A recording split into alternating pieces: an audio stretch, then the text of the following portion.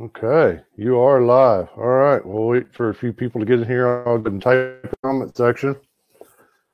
Oh, okay.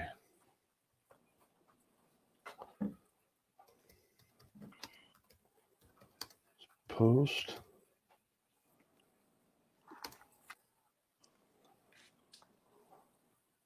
Let's see here.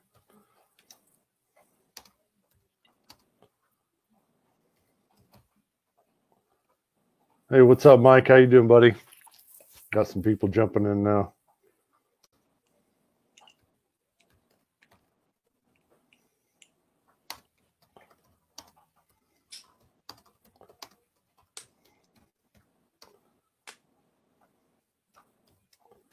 All will do.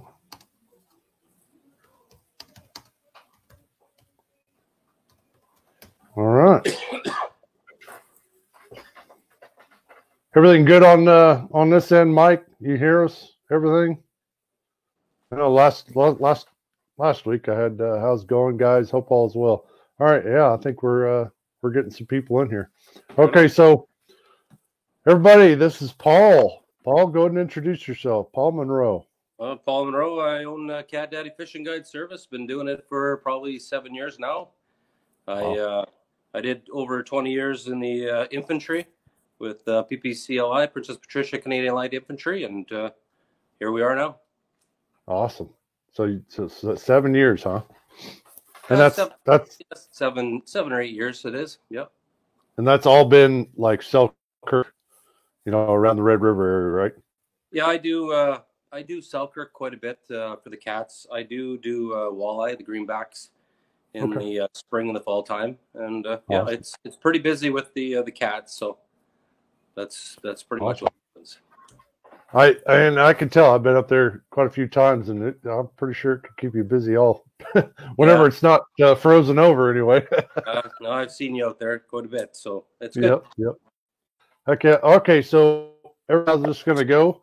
Paul's agreed to do a live, a giveaway for a Got a Trip, and that basically means is you show up to Selkirk, and he'll take you fishing.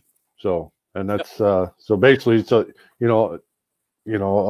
basically a free guided trip. So yeah, for sure. But all we need is 300 people in the live stream. So go ahead and start sharing away, share away. If we get up to 300 people in live stream, then he'll go ahead and do his giveaway. And if it's canceled this year because you guys can't get across the border, or then by all means it'll carry on to next year. It's not a big deal. We can go whenever. So. That's even better. So yeah. Heck yeah. All right. So you guys heard it. So happen. Yeah, I mean that's true. I mean we're getting affected by all this too because all the tournaments are getting canceled. I think some of the states the boat ramps are closing down too. Yeah. Which I don't. Yeah, I still don't understand how that would. I mean that's probably the best social distancing you could probably do so. But I'm sure guys. Yeah, we got some people in the. Yeah, Alex Nagy with Twisted Cat Outdoors said he wants to go. He's been kind of haggling me to go up there. So yeah, you've caught quite a few fish I've seen. Yeah. Oh yeah. Yep. I'm following you. So. Heck yeah. But yeah. So you've been there. You've been doing it for 7 years. So not only this, but if anybody does go up there and support you, to us in the United States, we're big on supporting veterans. So to me, you're from Canada, but you're still a veteran in my eyes. So that's huge on our part as well. Yeah, good. I've worked quite a bit with the military down in the States, and great people. I work mostly with the Air Force side of things, but just helping us out and all that. But yeah, excellent. Never had an issue at all, ever. Awesome. And your guide trips, how long do they usually last for? I do usually the 4 hour, 6 hour, 8 hour trips. This one, what we'll do here will be a full day, kind of 8 hour trip. Okay. Yeah. Awesome.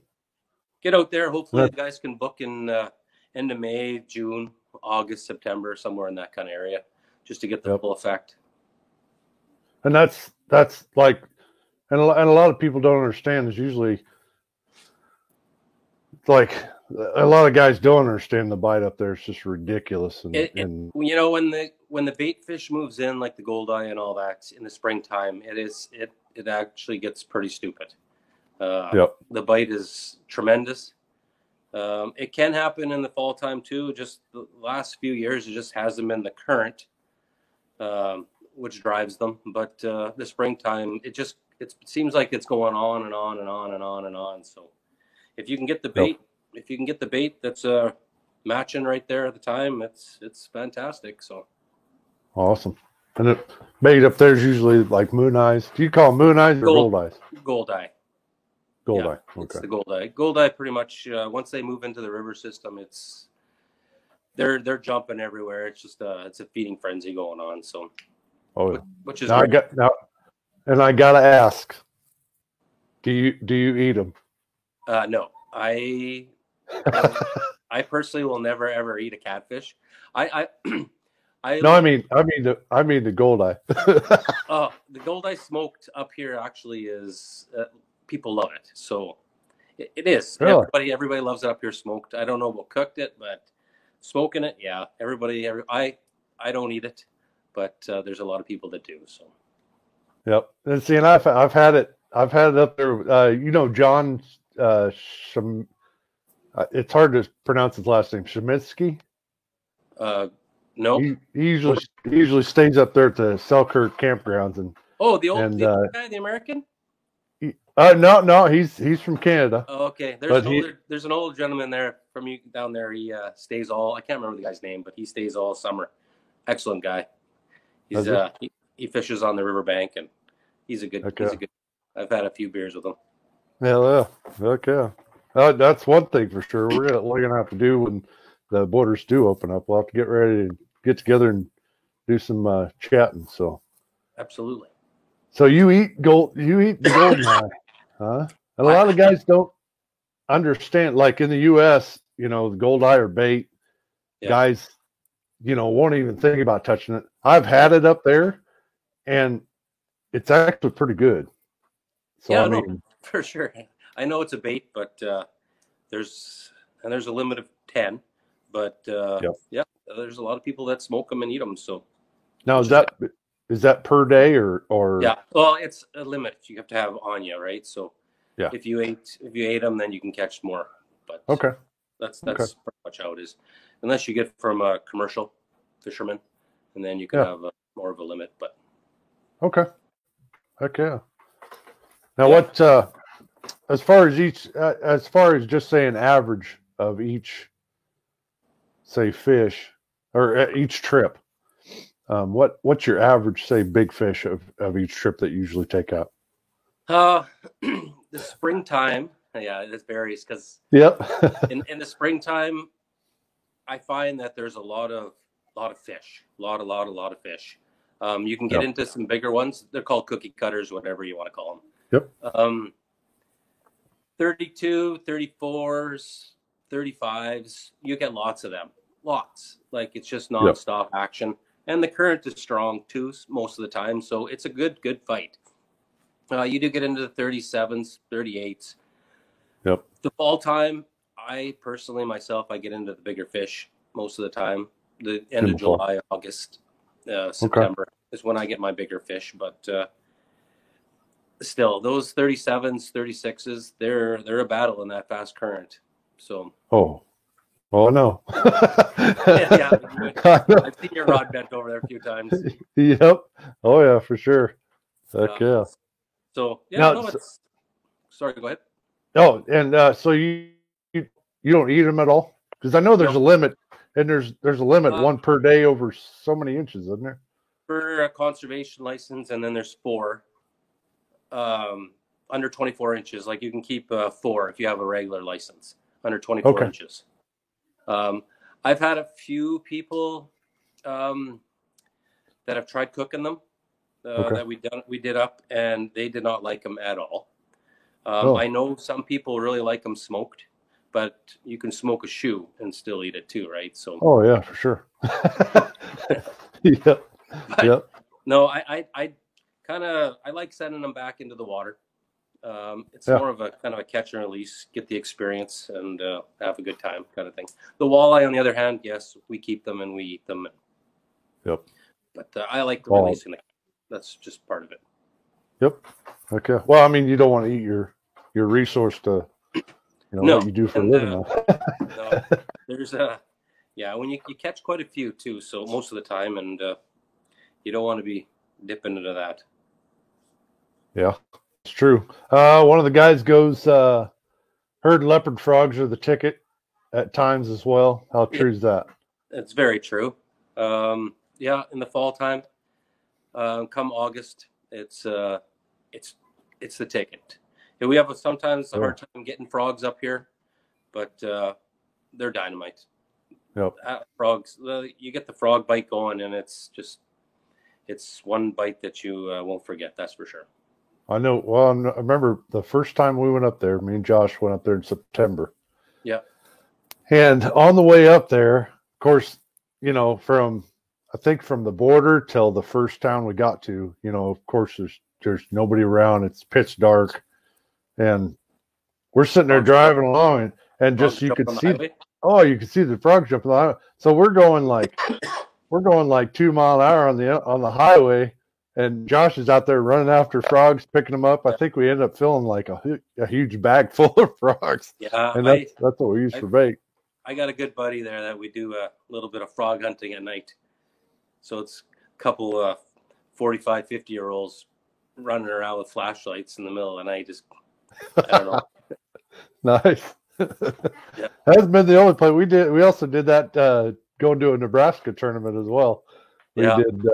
We on the way there, like from leaving the Calamus, the town to Burwell, the town to Calamus, the lake.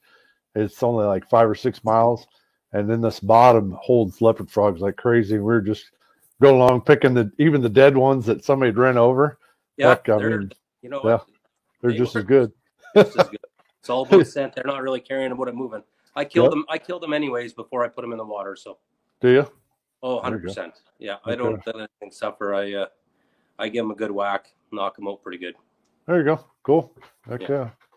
So you're running. So there's times where you could be running 2 or 3 guide trips a day. Yeah. No, I have I can do. I have done the 4 and 8 hour trips back to back. It's fine. You get great people on the boat. The time flies by. And catching fish, and it's a good time. Heck, I've been next to you, and you leave, and then I'm like, well, you must be done for the day, and then all of a sudden here you come back again. Yeah. No, but you always hear them hooping and screaming and hollering, and it's a good time. Well, so it's fun because there's a lot of people that I bring that never caught a fish before, right? And to pull up a 20 pounder, 15, 20 pounder in that current, they're like, wow. Like, you can't beat it. And when you're catching, everybody's happy. That's just the way it is. Well, I mean, I've even thought about bringing the wife and kids up. Oh, for sure. I take a lot of kids. Like I take a lot of kids, and I really enjoy it. But I found that you have to watch where the fish are. Sometimes they're in the main current, and you'll wear the kids out real quick. Oh, man. If they're out there for 8 hours, you know what I mean? You got to I try to get them into the not the strong current, kind of like the back eddy kind of style where it's a little easier for them to bring in. The action might not be as crazy, fish after fish after fish, but you know what? They're enjoying it, and they're not whining about their arms being sore the whole time, right? So that's true. Yeah.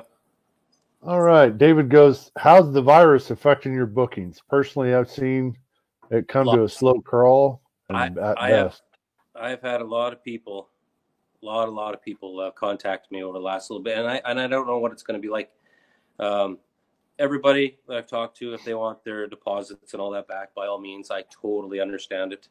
That's 100%. It's just I don't know what it's going to be like, right? So the ones that are right close in May there, I'm sure they're all going to be canceled, but just got to go with the flow. And if they say we're good, hey, I got a 20-foot boat, right? If you want to go sit in the front of the boat and I'm in the back, by all means, I can net them and whatever. We can work something out. But if the rules aren't changing and then just can't do it, right? So it'll be all personal fishing.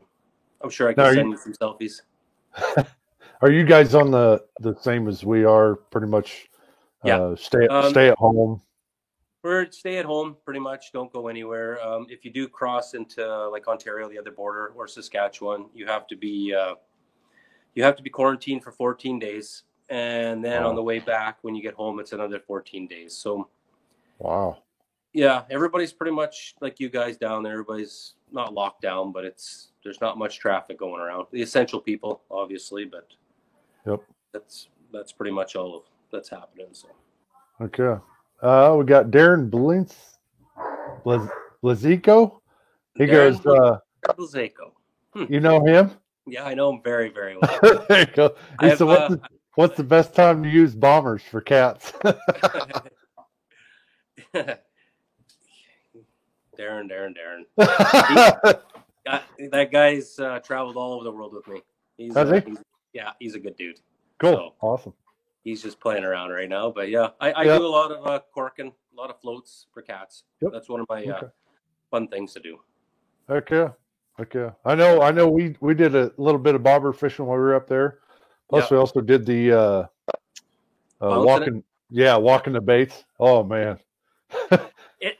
That works if you know what you're doing, kind of thing. Yep. You just got to remember, with people in my boat, sometimes they just aren't experienced as other people. Yep, for sure. Yeah, and I use circles quite a bit, so it's pretty standard for them to catch, as long as they're not ripping out of their mouths. Oh, for sure. Yeah. Yep. Okay. So on an average, say 4-hour day or 4-hour trip, how many fish?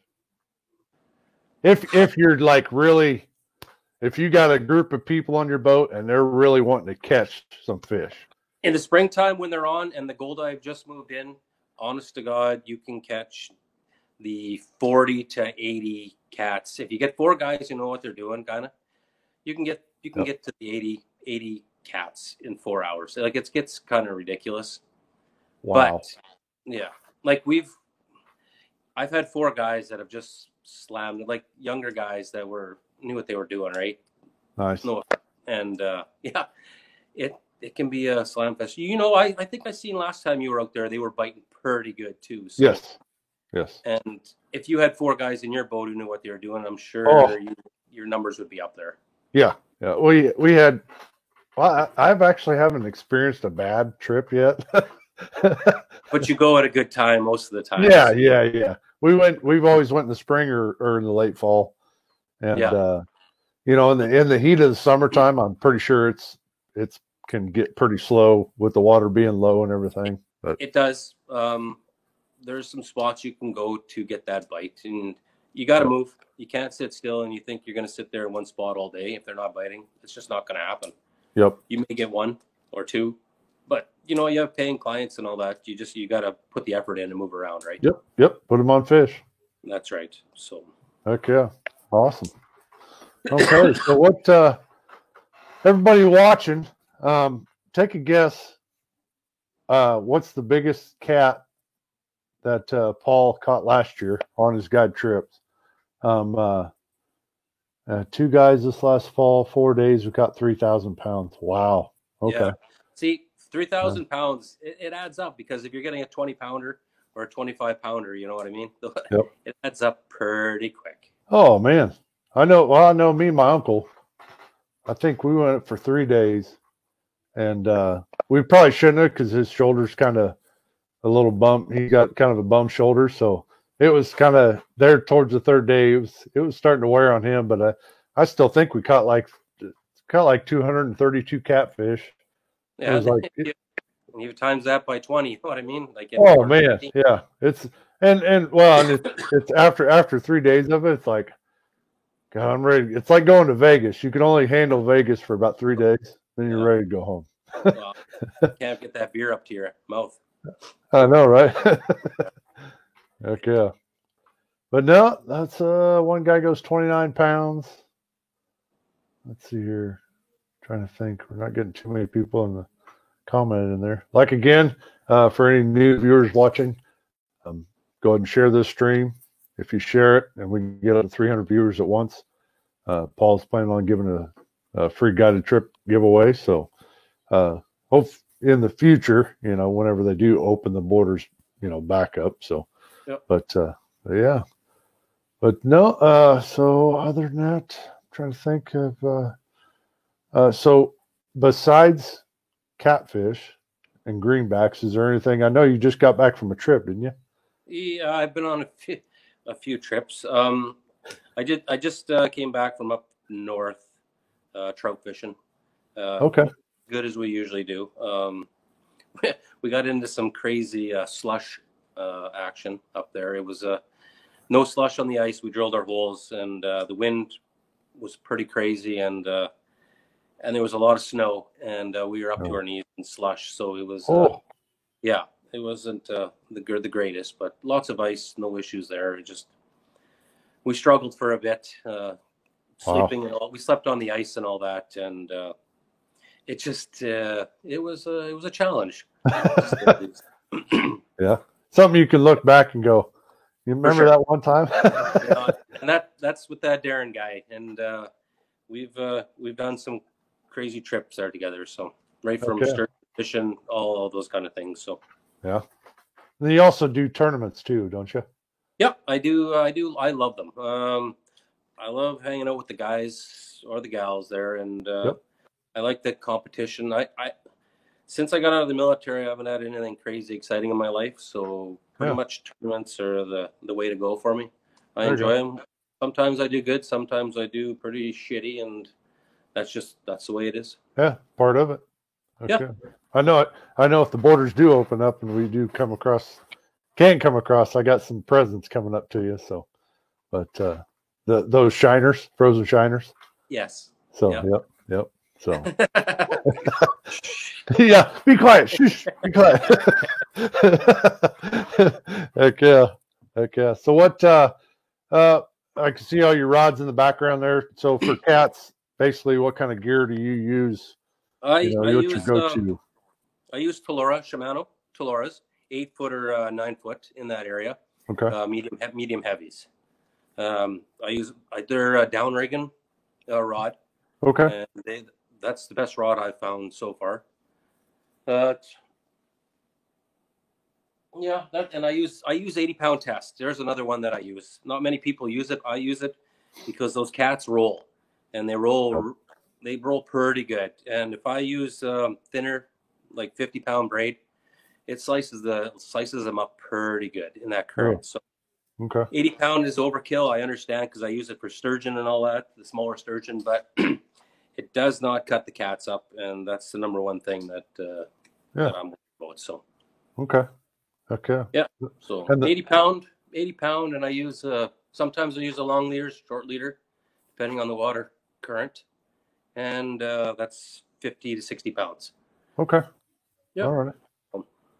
I just like looking after the fish, and that's what happens. Yeah. You could get away with it, but you don't need to. The cats are pretty aggressive, and well, you know. Yeah. Oh yeah. That about rip the rod out of your hand if they get the chance. Okay. What's that? What kind of reels are you working with? These ones here. I'll show you. Oh, there you go. You can see them. That's what I like. Yep, the Dakotas. Yep. Yeah. Oh, yeah. The 500 series.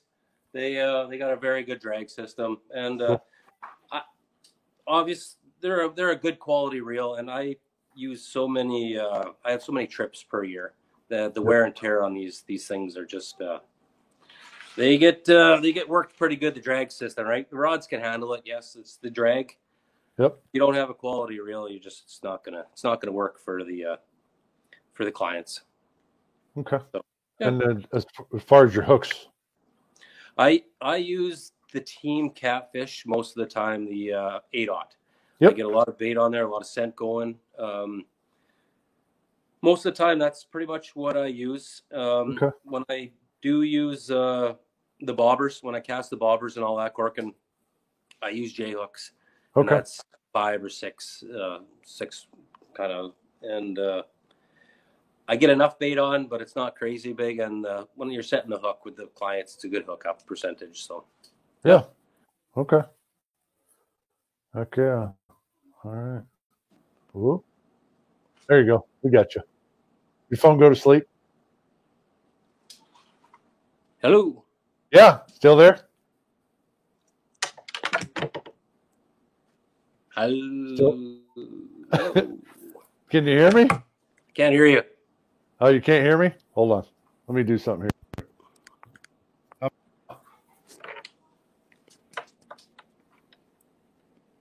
Phone must have went to sleep.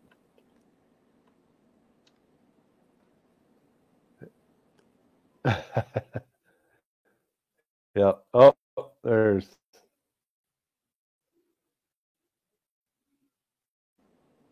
There you go. You hear me now? Might have to exit out and come back in. I'll message him here. Let's see here. Might have to exit out and come back in. Let's see here. See if he'll get that. All right, so everybody joining the stream. This is Paul Monroe. I don't think he can hear me right now, but here, I'll go ahead and since he can't hear me, I'll exit out. We can hear both of you, but he can't hear me, Darren. So that's why he's having some issues. But yeah, we'll see what he can do. Can't hear you. Yeah, can't hear me. Go ahead and exit out. I'll exit him out, and then I'll. All right, now can you hear me, buddy? You hear me now? If you can hear me, I'm going to go out and come back in. All right, that'll work. Cool. All right. Yeah. He probably had. I think his phone went to sleep. So basically, what we're talking about going to Selkirk, fishing the Red River from Drayton Dam down. We started talking about bait fishing, eating bait. Well, a lot of guys us do in the United States, we don't eat the bait, but I've actually had cooked moon eye, and it's actually pretty good. So if you cook it right, you smoke it. It's pretty good stuff. All right. Hey, there he is. We're back. Did your phone went to sleep? I had some guy calling me. Oh, there you go. There you I go. don't know what happened. So it's probably Darren. no, he knows better. Yep. Heck yeah. So Patrick goes, is there any shad up there? No. Yeah. I thought it was probably too far north for shad. So yeah. Basically it's either leopard frogs. We use moon eye, and then what's it? Tullaby? Yeah, Tullaby, the fall time. Okay. Yeah, I use Tullaby in the fall time. I use it there's Tullaby for the cats. I use it for trout, lake trout, and I use them for pike too. Okay. Yeah, they're very oily.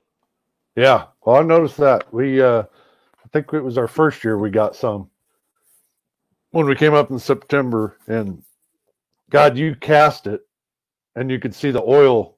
The slick. Yeah, the oil slick when it hits the water. And I'm like, what the hell are we using? And instantly, right when it hit the bottom, bam, rod went down. Yeah. So you seem to be going there every time it's hot. Huh? You seem to be going there every time it's hot. Oh man, I know. I love it. Well, I'm just about. I kind of chase the bite wherever the bite's hot is where I'm gonna, because realistic. I do tournaments too, but a lot of times people be like, "Oh, did you make a video of so and so lake?" Well, I don't want to make a whole video of me just talking. I want to put a video with actually catching fish. And when you go to a tournament, you only catch one fish. Yeah. I don't want to bore people. So, I mean, the I reason have why no- they're, yeah, I the have no reason why they're problems. watching videos because they're wanting to catch fish. So, Right. I have no problems telling people if the bite's on or not if they call me. That's guys okay, have their own boats and they want to come. It's just why not, right? It's not gonna. yeah, They're gonna come no matter what, anyways. And why not come when they can enjoy it? yep, even better, even better. Is Paul still planning on going to the Rainy by Jesse Kiggins? Uh I had my trip. I just canceled it. Obviously, I won't be getting there. I was even thinking of going through Ontario side and launching over there, but I'm quarantined for 14 days on that side too, and 14 on the way back. So Wow. it won't happen. I've been going there a long time. I really enjoy the sturgeon chase, and I go there with my buddy Darren. Yep. And yeah, we just canceled it, and I booked my rooms for next year already. So I told Paul that if I'll do my best and I'll try to make it up there and send him some photos. he said he probably unfriend me. yeah, I will. Yep. He will. 'Cause I love chasing sturgeon like I do. Yeah. It's one of my favorites, and That's it's right up there at the top. That's a whole different fight too, right? Strong. They're so strong. They're such strong fighting fish. All right, we had okay. What information are you guys gaining from the tagging in that area? Tagging catfish. Numbers and where they go. Yep. I just sat in on a conference last fall, and the guy that did it was a guy named Doug Watkinson, and he was very good.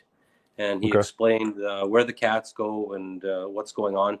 And they have pingers throughout pretty much south basin of Lake Winnipeg, which is a very, very large lake, and throughout the river. And they're finding that those cats move, and they move pretty good. And they're moving way down to the state, like way down to Grand Forks area, only within a week or so. Like they move pretty quick. Wow.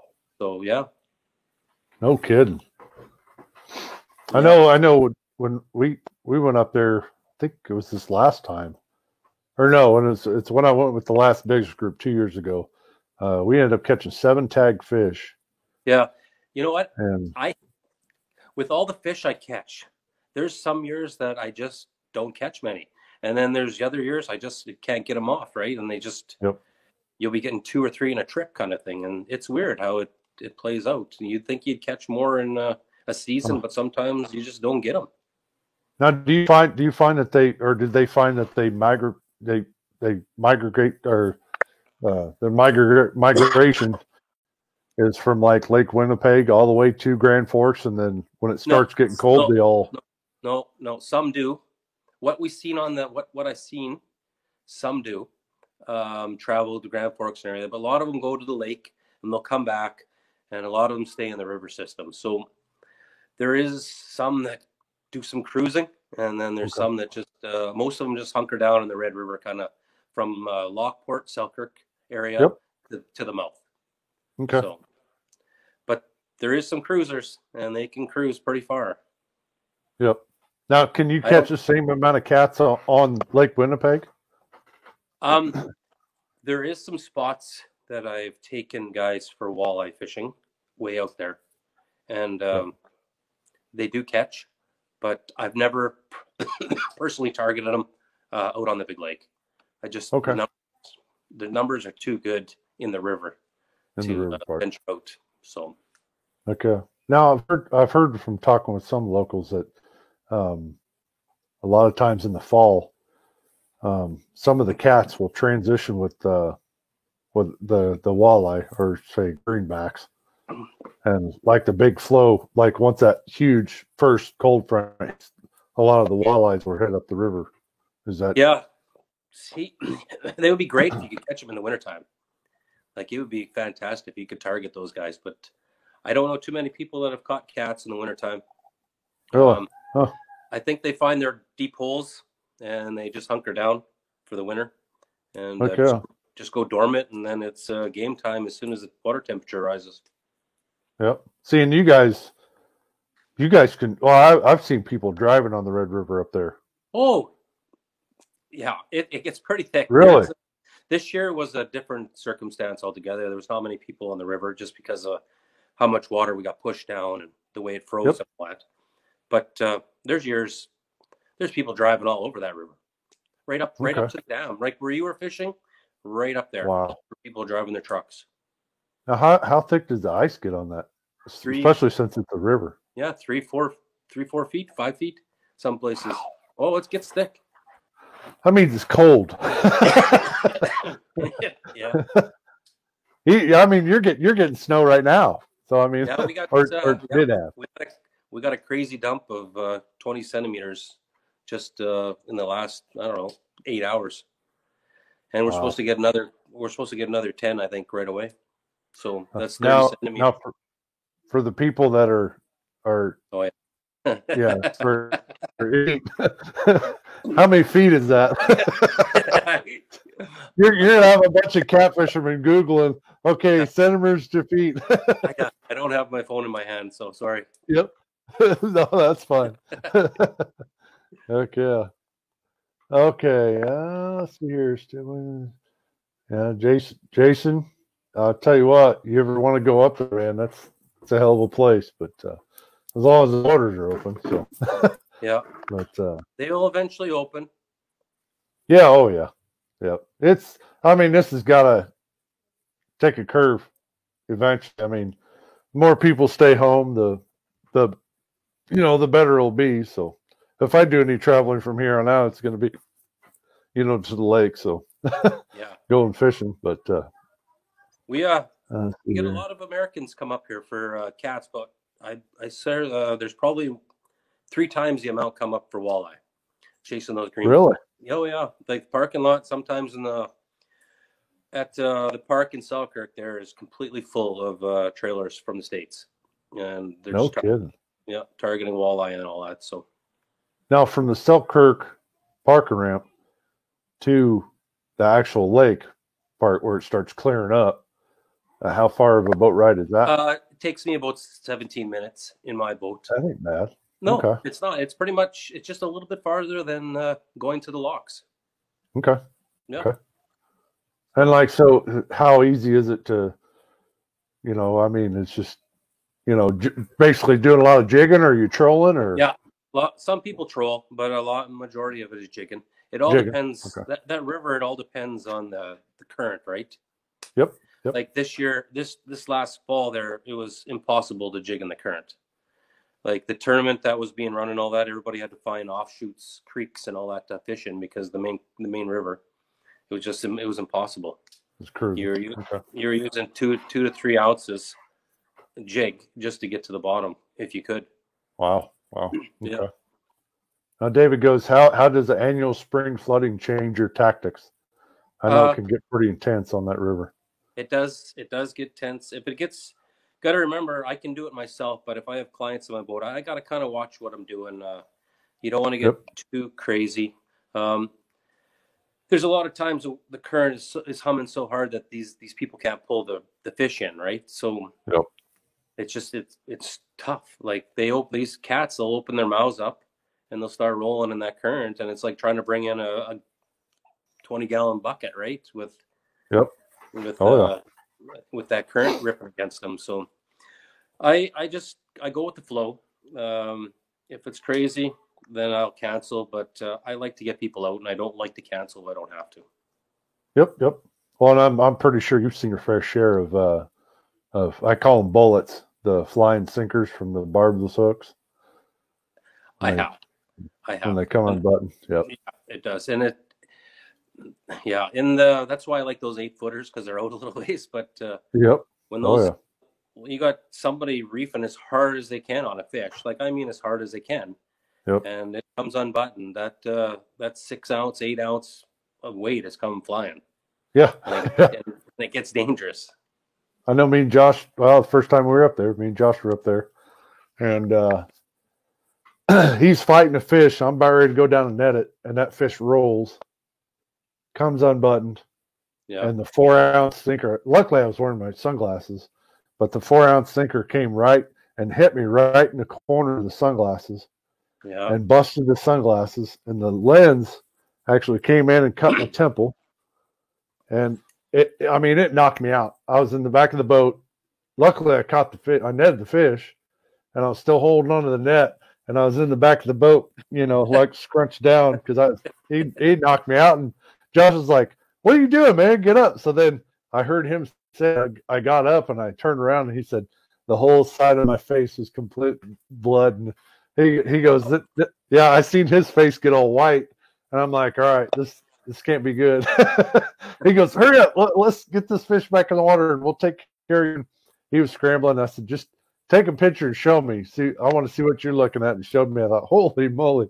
Ended up only just being it just ended up being just a surface cut, but it was right on the temple, and it would have been if I wouldn't have been wearing sunglasses, I would have probably shattered my eye socket. That's a good point because on my website and everywhere, I always tell everybody to bring sunglasses, some kind of eye protection. If you wear glasses, so be it. But if not, wear sunglasses or something like that because it can get. It can get. You don't want anybody to lose an eye or anything stupid like that over a fish, right? So. Yep. Heck yeah. Even when I take people out night fishing too, and when I do that, they have clear glasses that they wear. There you go. So, well, plus it'll help keep the bugs out of their eyes too when you're going up. That's why I got a big light in the front of the boat. Keeps the bugs out of me. Yeah, I know all about the bugs up there too. I mean, it can get pretty crazy. Yeah, they can pick you up and take you away. Yeah. Oh yeah. When we went up in September, we were sitting there and I said, "Hey, you want to fish through the night?" And Josh's like, "Yeah, sure." So we're sitting there, and the sun just started to go down, and you could see they were like clouds coming up from the grass. I'm like, "What the hell is that?" And everything. And then he broke out his he had like 3 or 4 thermocells he put out in the boat. Yeah. And you could just hear them just hovering over the top of it. It's like, man, I hope these things last. Yeah, those thermocells are the ticket. That's for sure. Oh man, so like okay. So well, I think somebody just told me it's snowing in Nebraska. Phil, it's headed your way.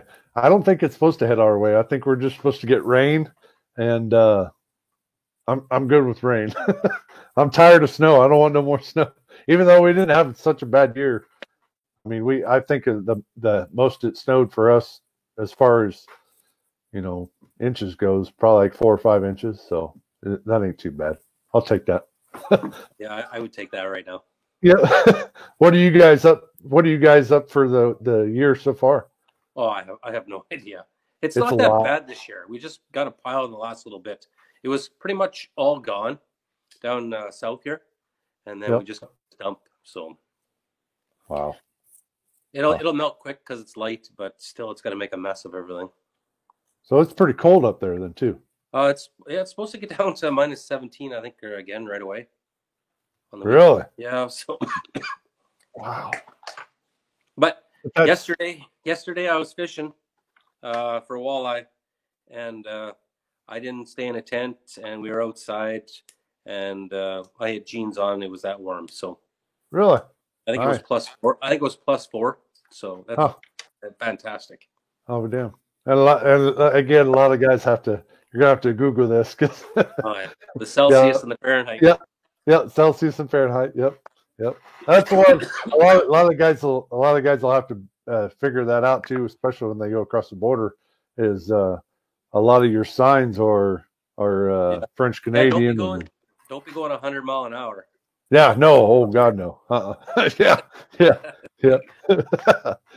Heck yeah. But somebody goes, I bitch about living in Nebraska.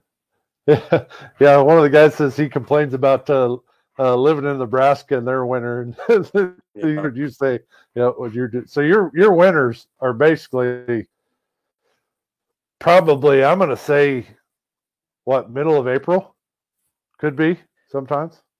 Yeah, it's warming up by then. Like it's nice out. Everybody's out, and they're not inside. It's middle of April. Oh, you're getting into the teens by then. Like it's most of the time, anyways. Yep. Like no, not like even on the Rainy River. I've been in a parka, freezing my butt off. So yeah, they get it just as cold as we get it here. So Oh, for sure, for sure. Yeah, Okay. but the sturgeon's worth it. I know, right? That's what I've been wanting to go fish them for. I'm gonna probably say 4 or 5 years since I knew Yeah, they were up, close enough to where I can get to them. So, they weren't in like British Columbia, 2 days yeah. away. I just got back from British Columbia last year there, and my buddy Darren and Blazeko and myself and a couple other guys. My buddy took his boat and we went ourselves, and what a blast! Like it's I just like catfishing. I It's pretty seen much pictures.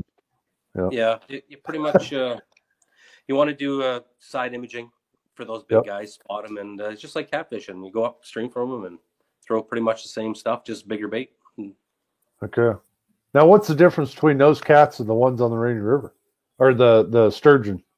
Those are lake sturgeon, and those Okay. are the ones that we see are white. I think they're white sturgeon. They're a different ball game altogether. Are they? The don't get me wrong, I will never ever miss a trip unless I'm told I can't go to the States to fish the sturgeon there, because I just love them. They fight real hard, and you're not using the great big huge tackle. Yep. Yep. Just enough, obviously, to get a good fight. But the Fraser River, I'm telling you, we caught a 10-footer, caught 9s, 8s, 7-footers, and those fish are they're strong. Like, Oh, there's no way I could bring in one by myself, I don't think. really? Each fight was, well, the 10-footer, I think it was an hour and a half fight, and that's 3 guys pounding on them. No kidding. Wow. Yeah. Well, and it was, I think they measured it out to 570 or 75 pounds on a scale kind of thing. So they're big fish. I've seen them. I've seen the videos of them jumping out of the water, and it's like, holy moly! Every fish that we caught, in the mouth, because a couple we snagged and we had to break off, but every fish that we caught in the mouth, they came straight out of the water every time, and you got to see how large they were. Oh, I bet. Oh, yeah. When you go there in the summer, don't you? Yeah, we did. We went there in the summer. So yeah, Rainy River, and I'm gonna actually do the Rainy River this fall. I'm hoping to do. Are you? Yeah, I'm gonna go back there and see if I can get some sturgeon. I heard the bite is okay too. Then, and yeah, I can't miss out on my year of sturgeon. So I've got my license already, so I'm going. There you go. Awesome. Yeah. Now and they got a season too, don't they? To where basically the season shuts down. Yeah, there is. I know the spring they open up, and I know the fall they open up too. I'm not too sure in the summertime. I'm too busy guiding during that time and that. Oh, for sure. Okay. Yeah. Awesome. Well, I mean, somebody asked if any ramps are open. I think they're still probably iced over on the red. If I'm on the Red River. Yeah. Oh no, everything's frozen still. Is it? Yeah. Like usually, so like since the water's coming out of the States, is the Red River usually the first, body of water that opens up faster than any of the rest of them, or? Yeah, it opens up pretty quick once that water starts flowing. I think the last couple of days it has been pushing over the dam, so it you know how fast it chews it up, right? Matter of time. And they had amphibious machines out there breaking up the ice, which they do every year. They do a path all the way, so there's no flooding. They try to prevent the flooding. Okay. So, yeah, that's what happens up here. Oh, Jason asked about the Rainy, if there's any ramps open. I have no clue, Jason. I know Paul said there was a couple guys catching some up there this last weekend. So, I mean, there might be some spots that are open. So that'd be. I think all the government docks will be closed that they were talking about, but the private ones, some private ones, are going to be allowing people. Yeah. There you go. Okay. Awesome. Well, I'll see you there next year. I know, for sure, or maybe this fall. I mean, if things work out. I mean, as far as I know, I was into probably 5 or 6 tournaments before all this started, and now I'm down to 1, and that's the old Classic in St. Louis. But you're gonna be. Yeah, I'm pretty sure. What's that? You're gonna be itching. I know. I'm already itching. I've been basically working on my trailer and on my boat all winter long, so modifying it. So I took You the still have smaller bunks. What's that? still have the same boat, or did you get Yep, an still upgrade? the same boat. I just I did some upgrades to the trailer. Um, added one of those. Oh, I think they're called like tow and goes, where you just cruise up and Drive up, snap. Yep, drive and up, it locks snap. in. And then I added some taller side rail bunks to the boat. That way I can lower the trailer more into the water, and So, but yep. And then of course the whole repacking the bearings, all that fun stuff. So, The but joys. yeah, I know, right? The joys of a boat owner. Yeah. Heck yeah. But no, I don't think we got to the 300. We got pretty close a couple times, but other than that, man, It's it all was a good. pretty yeah. We'll go ahead with the trip, whatever you decide. You want to Okay, all right. pick somebody and go ahead. That's fine with me. All right. So what we'll do is we'll just wait a couple days. We'll let people get in there. So how we'll do it is if you're watching the stream afterwards, um, anybody that wants to be eligible in this, you got to share the stream, and then go ahead and comment in the comment section. What do you think the biggest fish that Paul landed last year, as far as measurements goes and weights? So we have both of those. So all you got to do is share the stream, and then do measurements and weights in the comment section, and that's on. If you're in YouTube, if you can go to the Facebook side of it, and and share it that way. I don't think you can share it in YouTube, but go on the Facebook side of it and share it to whatever. The more times you do share it, that'll get your name entered in. So if you share it to a group or personal pages or do whatever, that'll just put you in more for running for it. So And if you win, just contact me, message me, and we'll hook up for some time. It's all good. That's perfect. All right, so we'll go. What we'll do is we'll do say, how does Sunday night at 8:00? I'll look up everybody that shared it. I'll look up everybody that's posted their guess weights of your biggest catfish. And like I said, we need measurements and the weight. So guess your weight, guess your measurements, and then put them in the comment section, and then share the page, and or share this live stream, and we'll pick a winner Sunday night at 8:00 and get a hold of Paul and get things rolling. So I should be done shoveling snow by then. No, you should be well rested by then, probably. Not completely wore out. So heck yeah. All right. Well, Paul, thanks for joining the stream, man. I appreciate it. Coming on. Thank you very much, sir. So awesome. Well, you try and at least get a little bit of rest tonight. So I will. You take care, man. All right, you as well. Talk to you later, Paul. All right, bye.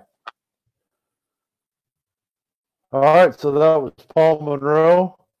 Hell of a guy.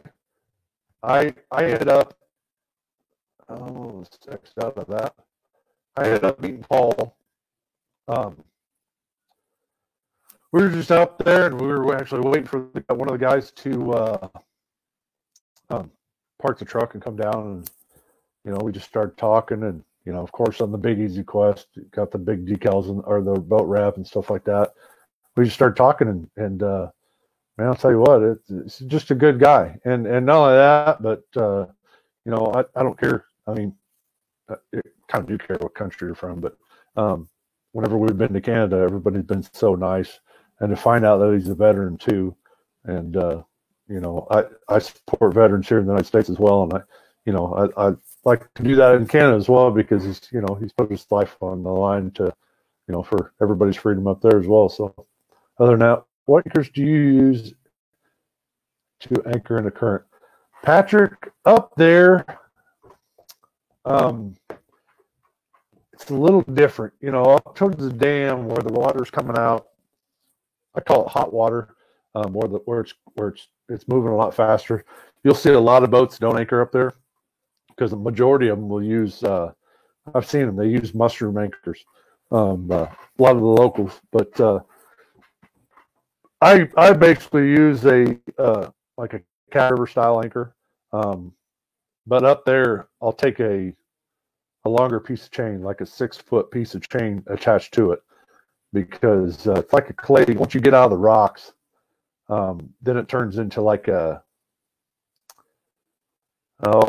you get out of the big rocks, and it turns into like a kind of like a little river rock, and that sometimes can be hard to anchor in. And then once you get further away from the dam, then it's almost like a clay.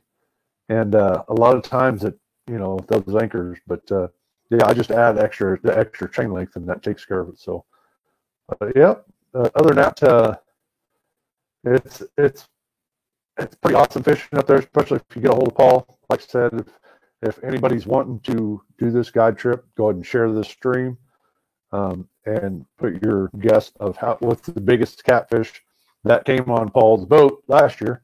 And like I said, we need weights and we need measurements. So just to give you guys an idea, my biggest catfish from up there was a 27-pounder. It was a 27-pound catfish, and he was 37 inches long. So just to give you guys an idea on what your guesses need to be, Paul's on there, a lot more than I am. So, yeah. So go ahead and submit your guesses. Like I said, share this live stream, submit your guesses, go from there, and then we're going to go ahead and pick a winner Sunday. So Sunday at 8 o'clock, 8 p.m. Central Time. So other than that, we're going on about an hour. I appreciate you guys, everybody that showed up in the stream. Hopefully you can get some information about this when you go over. Of course, when you do go up north, you will need a passport. Those take about 4 to 6 weeks to get. I'm pretty sure with everything that's going on now, it might take even longer. So, but up there, like I said, up in Canada, you're only allowed 1 rod per person, and you're only allowed barbless hooks. So if you're going to go up there taking barbs, what I do is I just took a Dremel tool and I Dremel down the barbs on the Team Catfish 8/0, and those work just fine. I actually still got, I think I ground down like 20 of them, which you're not going to need 20. I think we went through 4 rigs in 3 days up there last year. So you're not going to go through a lot of rigs, but yeah, ground down the barbs. As far as the bait goes, catching moon eyes. For anybody, say if somebody that doesn't have a boat, if you want to go up and see Paul, get a hold of him. If you wanted to fish one day with Paul and then one day without, you can catch the same amount of fish, pretty much the same amount of fish in the bank. So there's not as many as on the boat, but pretty close. I mean, one fish every 30, 40 minutes, but every one of them are huge, so they're big. So, but yes, they're worth every penny. Okay, so Patrick, just looked at them last night, kind of expensive. They're worth every penny. Okay, but yeah, other than that, yeah. So basically, yeah, and then I also have the other anchor I have is the Richter anchor. It's more of a heavy anchor. That also works good as well up there too. Plus, they're both slip anchors. The Cat River anchors, the pull apart zip tie, and the Richter anchor has the bar on the outside that the D-ring slides on. So that actually works pretty good too, Patrick. So, but other than that, yeah, we just bet barbs and pliers as needed. Yeah, Jason. We I did that to a couple of them, and we actually talked to a ranger while we were up there a couple of years back, and he told us that if he goes to check a hook and that barb catches on his finger at all, then he'll consider that a barbed hook. So, and then that also comes with fine. So that's why we went ahead and ground them down. So we just bent barbs, pliers needed. Where are you talking about? Setting hooks and crossing eyes. We are talking about the Red River in Canada, catching giant channel cats. So that's basically what we're talking about. So, yep. So, like again, we're going to go ahead and end the stream there. We're going about an hour. Like I said, share this stream. and comment your guess on Paul's biggest catfish in the comment section. We're going to need a weight and measurement. And again, just to give you guys an estimate on what to kind of guess for, my biggest fish up there is 27 pounds at 37 inches long. So good guessing. Go ahead and share this live stream, and we'll get her going. So thanks for joining the stream. Appreciate you guys. And we're going to call it a night. I got some drinks to drink. So we'll go ahead and talk to you guys later. All right. And